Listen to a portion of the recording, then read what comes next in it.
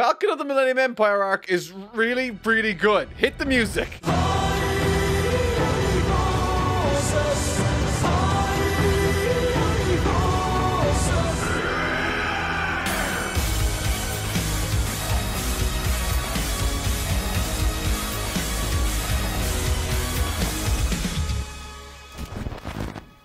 Every single time I sit down to read Berserk, I'm left both amazed and devastated. Amazed by the sheer depth of the series' narrative and artwork, devastated by the reality that this will likely never get the adaptation it deserves in anime. But do you know what's more devastating? Forgetting your passwords and all that other important information you need when online. I'm someone who uses the internet a lot, and I mean a lot, but I'm also super busy and do everything I can to avoid potential headaches. I'm always after products that help me streamline my process, alongside ensuring I feel in control of my data regardless of whether I'm at my PC, on my phone, or using another device. That's where Dashlane has really changed things for me. It does both. It stores all of my passwords, my payment info, and all my personal data in a secure place that only I have access to. With just a click, Dashlane autofills in all the data for me on every site with ease. Seriously, I could be taking in the beautiful sights in the middle of nowhere and still log into Crunchyroll in one click to remind myself ugly things still exist in this world. While there are other password managers available, Dashlane consistently ranks at the very best thanks to its patented security technology and machine learning. Regardless of your device or browser, no matter where you are, it makes every shopping experience a one-click checkout and stores all of your passwords so you're never locked out of an account. Best of all, it even provides a VPN for streaming content and secure browsing. That's a lot of features. Seriously, I really recommend you give it a try. And you can do so for free on your first device by going to dashlane.com/TNMark50. And if you use code TNMark50, you can also get 50% off if you choose to upgrade to one of their paying plans. Last month, we left things off with the Black Swordsman party looking to secure a ship with which they wish to use to facilitate their travel to Skellig, the island where Elfhem is by sea. This is where both main parties, Guts' and Griffith's, meet without knowing who is who. Dramatic irony, hell yes! Isidro meets Mule and they both develop a funny rivalry while Shiroke meets Sonya. Becoming fast friends in the process, Sonya offers Shiroke to come with them, but ultimately Shiroke declines. Funnily enough, during this too, Isidro meets a knight as he fights with the pirate at the port. This knight is obviously Azan, after taking the blame for Serpaco and Farnese's leaving of the Holy Chain Knights. I've elected to henceforth call him totally not Azan. The first portion of this section largely deals with Lady Farnese's desire to help her friends solve a rather persistent issue: the acquisition of a ship with which to sail to their desired destination. All the while, Serpaco has his own issues he needs to deal with, but I'll get to him in just a second. With Farnese, throughout this journey, she's transformed from a self-obsessed, confused, and delusional girl full of hatred and sadistic tendencies to a strong young woman slowly coming to terms with reality beyond the scope of many, all the while showing a warmth within her that's unmatched by many, if not all of the party. And it's a testament to her character that this warmth and care she shows towards Casca, and the desire she gets to broaden her horizons with magic, gets shelved or put on the back burner indefinitely for the express purposes of helping her friends acquire a ship, even if that means them moving on with their journey without her. It's an interesting plot point in its own right, introducing us to the broader family and the struggle for power and respect that dwells there. But as I mentioned, it too serves and executes brilliantly the function of highlighting just how far Lady Farnese has come as a human being in this story. Furthermore, as a quick aside, I really like the role magic as a concept is playing in this tale. It represents the change that's taking place both figuratively and literally inside of her, opening herself up to the possibilities that she might be able to change. And for her, seeing the results of magic would act as somewhat of a validation for that change. However, now she seems to have lost her nerve, opting to be of use in the only way she sees herself to be of use to others, as a pawn providing a ship to her friends. However, in making that decision, ironically and appropriately, she unconsciously demonstrates that exact change she wishes to see within herself by making that very choice, leveraging her status as an aristocrat, marrying herself off. And while Guts and Co, in quite a cute and familial fashion, move to confront her about this, to rescue her from herself, the monsters they once saw at the shores during the last section start to emerge, all the while another obstacle makes himself known before standing in their way. Ding ding ding, it's Serpaco vs Guts round 2. While Guts is all muscle and tenacity, Serpaco is all strategy and tactics. And fittingly, this acts as a great lesson for Isidro as he watches the conflict. Once upon a time, he was taught the value of understanding one's shortcomings as a fighter in a fight, and Serpaco is the physical manifestation of that very idea to its extreme. But ignoring Isidro for a second, the story of this fight is a profound one that's beautiful in its depth of character introspection. Conflict, fights and contests between two individuals in manga and indeed story are great because of the contrast and indeed information the readers or viewers can glean from that contrast. You need look no further than Goku and Vegeta in Dragon Ball, or more abstractly, Luffy versus the world government in One Piece. When two forces clash, they highlight their respective differences. In the prior two examples, many of the encounters these contests share serve to highlight the struggle between good versus evil. However, with regards Serpaco and Guts in this instance, the contrast and conflict doesn't serve to highlight the struggle of good versus evil necessarily, but instead something far more nuanced and fundamental to each respective character that speaks to the soul of their respective designs. In Berserk, Guts represents struggle and tenacity in the face of overwhelming terror and destruction. Serpaco, on the other hand, as he puts it, adapts to his circumstances to fill a role that is presented to him, to accept what is before him even if it is unreasonable. And so, unbeknownst to me, as this fight unraveled, it revealed itself to be a classic clash of ideologies, not good versus evil necessarily again, but more so an irresistible force, Guts, versus the immovable object of Serpaco. However, only one here seems to be struggling with something, and it isn't Guts. Addressing Guts as someone he, Serpaco, who once turned a blind eye to everything, can now not simply ignore, and as a result fears what might happen if he discovers more about himself and continues to change in this party. What that change might manifest as within him. And so, interestingly, while Lady Farnese' story is all about her desire for something more, to change herself, Serpaco's story seems to be more about his desire to remain the same, to not change into someone who can't turn a blind eye like he used to. He doesn't trust Guts entirely, and that scares him. The fight itself ends about as fast as it begins, however, and while there were some tremendous ideas on display with some wonderful introspection from Serpaco, Guts emerges the victor. And the panels both leading up to and during this fight were spectacular. There's such a wonderful sense of motion, with each panel beautifully and perfectly connecting the threads of Serpaco's thoughts to the motions of his sword. More so perhaps than any other fight in this series, I really felt the rhythm of this one. Like a dance, the fight worked with the story being told, each more emphatic and effective because of each other. Following this event, Guts, Serpaco, and the team storm the banquet hall Lady Farnese and her family are residing within, just in the nick of time too to make the save. And perhaps this is a coincidence, but I may have noticed that there were some similarities to how Farnese was saved by Serpaco when compared to Guts' save with Casca way back when. Instead of a flash of black, there was a flash of white before Serpaco appears by Farnese' side, protecting her from harm. However, unlike the previous encounters where Farnese felt like a burden, while Guts was hacking tiger monsters in tremendous fashion into bits and Serpaco went to take down the source of the trouble, in front of her family and indeed her companions, Farnese takes down a tiger using a magical item, proving to herself that she is capable of the sort of change she desires to see in herself. And as a short plot beat, I really liked this. Something I did neglect to mention in the prior video was a certain encounter Guts has with a particular member of a significant group. You might have heard of him, the God Hand.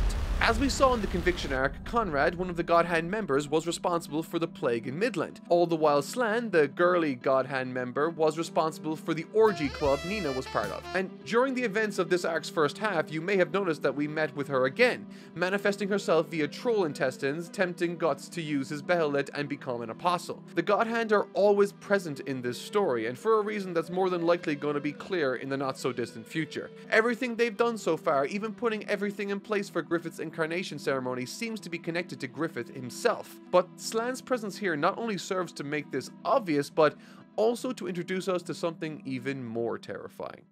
Enter the Sword of Actuation. Skull Knight's sword made of Behelits, otherwise known as the most metal concept for a weapon in the entire series. This is a weapon that's been created by Skull Knight that has been specifically crafted to kill Inhumans. The concept of this sword is absolutely insane and abundantly clear why Skull Knight is the main enemy of the God Hand members. It can basically cut through reality, reaching even the deepest layers of the astral world. You might remember the abyss that sucked in all the Inhumans way back in like the Black Swordsman arc.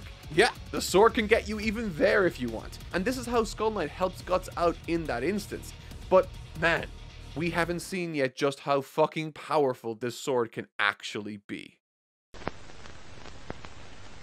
Okay, so this part is sort of a transitional period between the scene we just finished with the party and the next big one. We're greeted by yet more stunningly and distressingly grotesque artwork courtesy of Miura himself. Massive page spreads illustrating the invasion of this land by the monsters that emerge from the shadows. Crocodiles, tigers, monsters, and soldiers all the same. It's quite ominous, and basically our takeaway at this point should be, leaving this village will be no easy task. But fret not, because Roderick is a badass who sets them up with a ship just like that. However, before boarding the ship, they notice that the harbor is infested with monsters, hundreds of them. Shiroke effectively tells Guts to step down and to leave it to her as they stand guard. They bide their time together as Shiroke becomes a raging inferno monster, leaving the surrounding area a scorched earth, destroying every single enemy available to her. I like this not just for the cool visuals, but also the team effort it took to pull this off. It's nice. However, it's not enough, as tons more massive monsters suddenly appear, with Guts going into Berserker mode, and this magic man, I won't even attempt to embarrass myself by trying to pronounce the name of, appears. Impressed by Guts' ability and his armor, and this is where things get a little cool. Shiroke reaches into Guts' psyche to create this conscious state where Guts gets to use the Berserker armor while fully in control of his faculties, thus creating a sort of nice symbiotic relationship between these two characters that were once sort of at odds with each other. Moreover, specifically, I love this mechanism within the suit itself. It has direct ties to the Cracks in the Blade chapter's themes way back during the Conviction arc. To use the suit to its fullest potential is akin to embracing hatred itself, which, if we look to the Cracks in the Blade chapter, we can see this is akin to being selfish, meaning the hardest way, the most courageous way, is to do what's best for those you love and for those that depend on you. That's what makes for the correct moral choice in this series, and in essence, is what I love most about Guts as a character. This internal struggle, he's flawed, has desires, and yearns to do the right thing, even if it's the hardest path forward. I mean, he's a true hero. Again, this is a terrific piece of development for Shiroke too. Since her introduction, she's been encouraged by one person or another to have faith in those she fights with. In this case, Guts. Time and again, she recognizes the circumstances Guts finds himself in as impossible to overcome, and yet he still persists on living, on struggling forward. This fundamentally changes her, and in this scene, we see just how much she has changed. Willing to follow Guts' rash plan of action, placing all of her faith into him when he requests it. It's a wonderful team effort from both Guts and Shiroke that speaks to both their characters perfectly. Shiroke is required to shoulder the mental toil, while Guts absorbs the physical punishment. This is all to say that this fight was really cool, and honestly, I was expecting it to end here. However, it didn't. And as it turns out, this fight we just concluded our discussion on was actually just a warm-up fight to something I never in a million years saw coming. Zod. Zod makes the last second save, and now he's teaming up with Guts. I thought about this one long and hard, and a large number of questions concerning this occurrence stepped into my mind. Is Zod an entity that aligns himself with individuals like Guts and Griffith when they fight with full conviction against a particular force? Does he have a camp with which he chooses to fight with, or is it random? And if it's not random, what dictates what his choices are narratively? There's this idea of destiny in this story I've explored a number of times, and instead of retreading that motivating factor for the millionth time, I'd like to look at what the story has physically shown us thus far with regards to him specifically. That being the number of times we've seen Zod prop up therein and use that to derive some sort of conclusion, or at the very least, a theory. We can firstly consider that this foe he's facing off against with Guts is a shared enemy of both Guts and Griffith, so on the face of that alone, it doesn't seem contradictory to anything we've seen from him recently-ish. One of Griffith's main critiques of most people when asked about friendship was quite cold and detached. He has his dream. He's going to achieve it, and he meant that in the most honest and straightforward way he could. There are a few moments in the story where Griffith gets to speak frankly and introspectively with us as an audience to see, so I see this instance as pivotal not only for him, but how his relationship with Guts will ultimately conclude down the road. You just don't say stuff like this without planning for it to service the conclusion of an arc later on on down the line. From this scene, he cites that he couldn't really have a friend beyond someone that too chose to chase their dream irrespective of who or what stood in their way. That then and only then, when another would pursue their dream in full mind, body, and spirit, could he respect them enough to see them as an equal worthy of friendship. And bouncing off of that idea presented by Griffith back during the Golden Age, I wonder if the fact Griffith is so inhuman in his devotion to his individual goal, I wonder if that is the mechanism by which he seems to have an allyship or connection with someone like Zod. And furthermore, why when Guts falters, he either faces Zod head on, or receives help from his metaphysical opposite in this world, Skull Knight. There's a scene where Zod speaks to Sonya for a short while, within which Sonya acts as a proxy through which a question can be posed towards Zod concerning his destiny. It's a choice he needs to make. It is, and I quote, "to again battle a sword that cuts your own flesh, or to make it your own weapon." When I saw this quote, I sort of leaned back into my chair and tried to absorb the meaning of this beyond the obvious implications. Prophecy is clearly something that plays a pivotal role in this world and indeed this story. When I look at Zod's contribution to the series, I think, okay, so he helps Guts, but then he also doesn't. He's sympathetic towards Guts, but then he tries to kill him while also helping his arch-nemesis Griffith. The quote directed towards Zod in this instance obviously speaks to a prime directive he seems to be at odds with in his mind and indeed with those around him of similar nature. As a monster, he, like everyone else similar to him, feels this desire to squash Guts and devour him when he's weakest.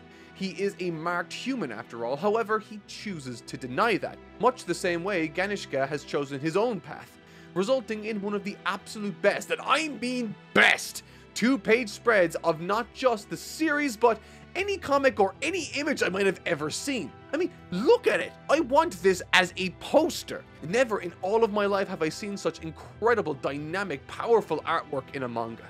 But that too got me thinking about what this means regarding the second half of that quote from Sonya, that being, or to make the sword your own weapon. Naturally, this refers to Guts in this instance. Zod and Guts in the heat of battle chose to work alongside one another to strike down Ganishka, a shared foe, before going their separate ways at the end, with plenty of symbolic gestures showing the growth Guts has undergone as a character. For if he were to have followed hatred, he would have no doubt died there and then. Which makes me wonder if this quote can be extrapolated upon and viewed through the lens of Guts and Griffith's relationship specifically. There seem to me at least to be a lot of parallels between this quote, Zod, and Guts' time spent on the pages of this manga. And so I wonder if a similar choice might present itself for Guts somewhere down the line. If we look all the way back to the Golden Age, following his desertion of the Band of the Hawk, he left in search of his own dream. In other words, he had no conviction at the time, which, if we cast our minds back to the chapter Campfire of Dreams, is exactly the topic of which he felt alienated by. And fast forward again, once he lost everything upon his return, he gained a tremendous hatred and, by extension, a desired goal. Through the conviction arc, we then learn that this desire he had to kill Griffith was an entirely vapid, cowardly, and selfish desire which flew in the face of his true dream, that being to save Casca. And in this moment, it's that exact impulse or dream which acts as his salvation. So it makes me wonder, Griffith has been a sword which has wounded Guts in the past. Will Guts, like Zod had to do here and now, need to make that same decision? A decision he struggled with since the start of the story. Will Guts be forced to make a decision not to kill Griffith, but to instead fight alongside him for some greater cause? This seems like the natural extreme or destination of this philosophy the story has been exploring, and what makes sense to me right here and now. I think at this point it's important to remember that we are only seeing this story really through the eyes and experiences of Guts for the most part. The most introspection we get from Griffith comes by way of Guts' point of view mostly, and the same can be pretty much said for every other character, which is what makes scenes like this one Sonya shared with Zod prior to his save all the more interesting and noteworthy. We follow Guts' struggle and travels, and due to that it's easy to forget that, with regards to most other characters, Zod and Griffith included, they each have undergone a tremendous amount of suffering and struggle in order to achieve what their own respective goals are. Guts denies himself the catharsis of embracing hatred. Zod denies himself the desire to devour Guts when he's most vulnerable, and perhaps even Griffith, the most alien perspective to us right now, is also ignoring something he desires in order to achieve his dream.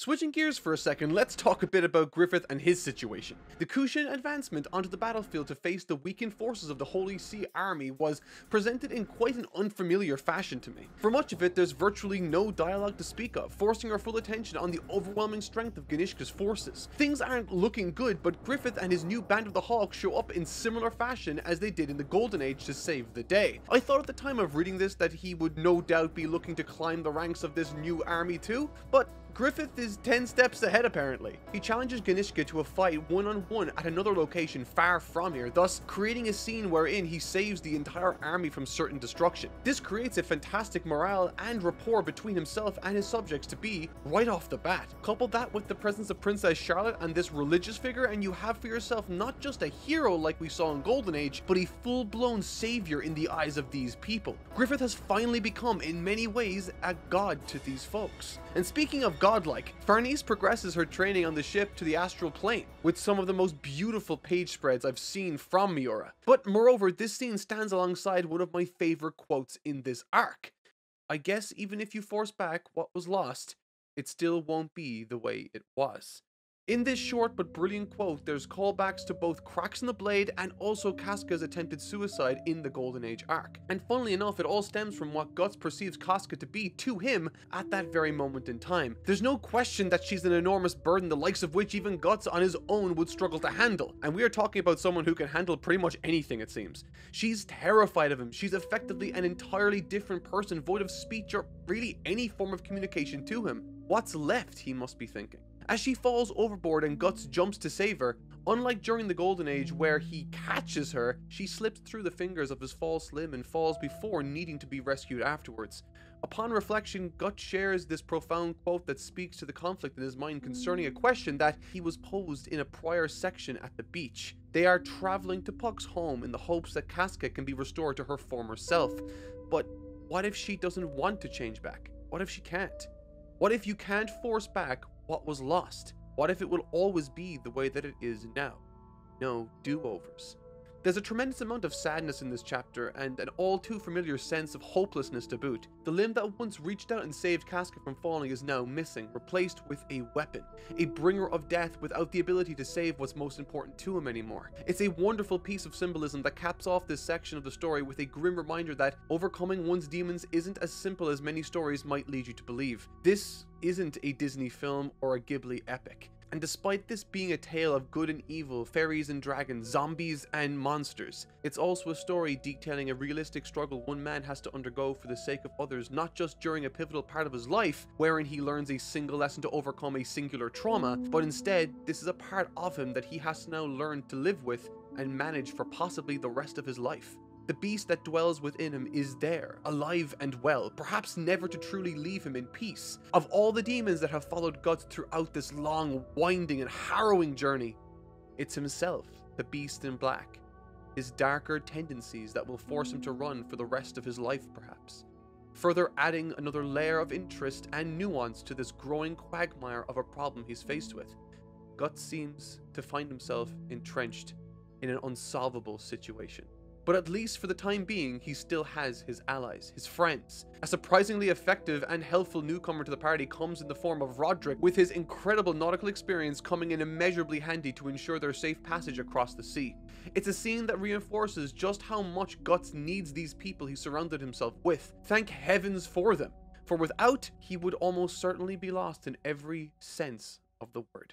But okay, so that's what's going on with Guts' side of the coin.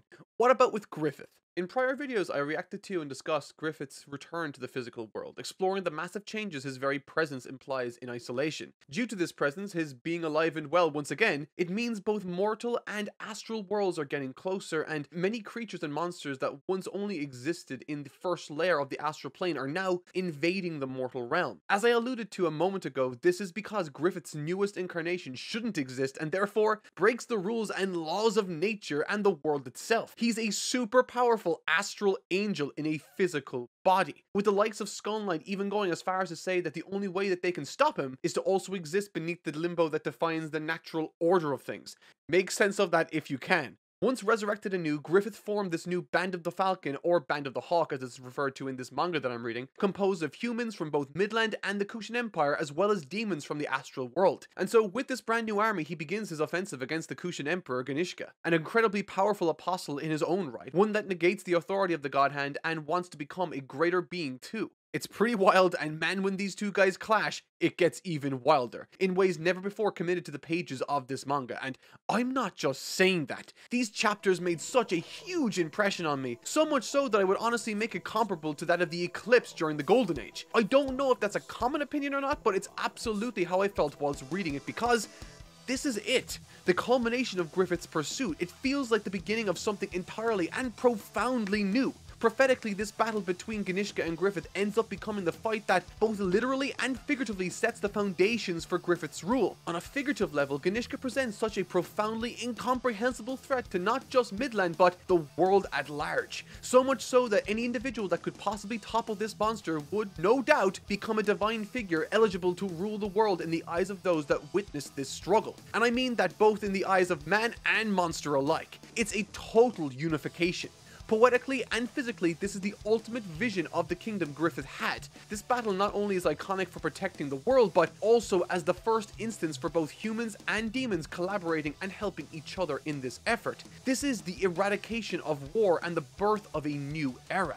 The transformation Ganishka undergoes is unlike any I've seen in any manga. It's horrifying while also managing to make me feel exceptionally insignificant and small as a reader. The sense of scale Miura manages to capture in these drawings is not only beautiful in an horrific sense, but also vital for this battle's final moments to work effectively. The greater the threat Ganishka can convince us he's capable of, the more incredible the people of Midland and by extension we as an audience feel Griffith's conquest will be. Furthermore, the battle literally sets the foundations for Griffith's rule by physically acting as the catalyst that drags the worlds of the astral and mortal realms together in a convincing fashion, creating a kingdom the likes of which only exists in the minds of Griffith and children's storybooks. The result is something so incredibly outlandish and ethereal, yet oddly fitting. For a series that has dealt with so much grotesque realism, this is a gorgeous moment of fantasy and respite, a culmination of everything Griffith has ever wanted, it seems. And the most impressive thing is, it's all conveyed with no dialogue. This is like attempting a world record and being so confident in your abilities to succeed in that effort that you do it blindfolded. This singular choice set this battle apart from every other clash in the series on a fundamental level for me. It felt as though I was watching one of those intense epic battles on film, like Lord of the Rings at Helm's Deep. With Ganishka's terror and fear of losing to Griffith, with his fear of the invasion he sees, with his fear of the feelings Griffith's presence forces him to feel. It leads him to make the strategic and rash decisions that on the surface made for a tremendously imposing adversary, all the while unconsciously playing right into the hands of prophecy unwittingly. And with Ganishka being one of the few demonic figures that actually pushes against fate, failing, it makes me wonder how much control, if any, Guts and his party of friends possesses in reality. Skull Knight effectively told Guts that he has to defy destiny, but perhaps his efforts to defy destiny are actually part of a greater plan. And that's what makes this such an incredible story. You have no idea which way it's going to go. Our next Berserk video will unfortunately be our last, as it will bring us to the untimely end of this exceptional, and I do mean exceptional, series. Hopefully I'll see you all there, but until then, I've been Totally Not Mark, and thank you so much for watching. I feel your sadness.